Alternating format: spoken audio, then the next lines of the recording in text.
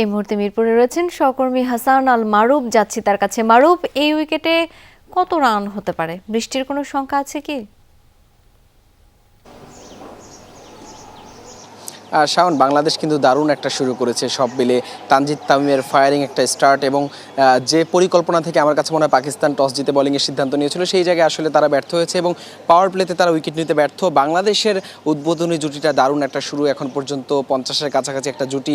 এটা যদি Bangladesh carry on করতে পারে, এই পাওয়ার প্লের যে সুযোগটা কাজে লাগিয়েছে, আমার কাছে মনে হয় এই উইকেটে ভালো একটা উইকেট 270 থেকে 280 বা তার চেয়ে বেশি রান যদি বাংলাদেশ করতে পারে, আমার কাছে মনে হয় খুব ভালো একটা সংগ্রহ হবে এবং পরবর্তীতে বাংলাদেশের বোলারদের জন্য এই রানটা ডিফেন্ড করাটা খুব একটা কঠিন হবে না। পরবর্তীতে আসলে বিকেলের দিকে বৃষ্টির একটা শঙ্কা রয়েছে, বিকেলের পরে সন্ধ্যা পর্যন্ত যদি বৃষ্টি হয়, কার্টেল ওভারে ম্যাচ যায়, বাংলাদেশ যদি বড় একটা সংগ্রহ করতে পারে, আমার কাছে মনে হয় সেখান থেকে কার্টেল ওভারে আসলে বাংলাদেশের জন্য খুব বেশি আসলে কঠিন হবে না। পরবর্তীতে বোলারদের জন্য আসলে কাজটা সহজ হবে যদি বাংলাদেশের ব্যাটসম্যানরা সেই দায়িত্ব নিয়ে বড় একটা ভালো সংগ্রহ করতে পারে।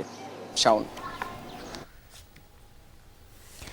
মারুফ, অনেক ধন্যবাদ আপনাকে।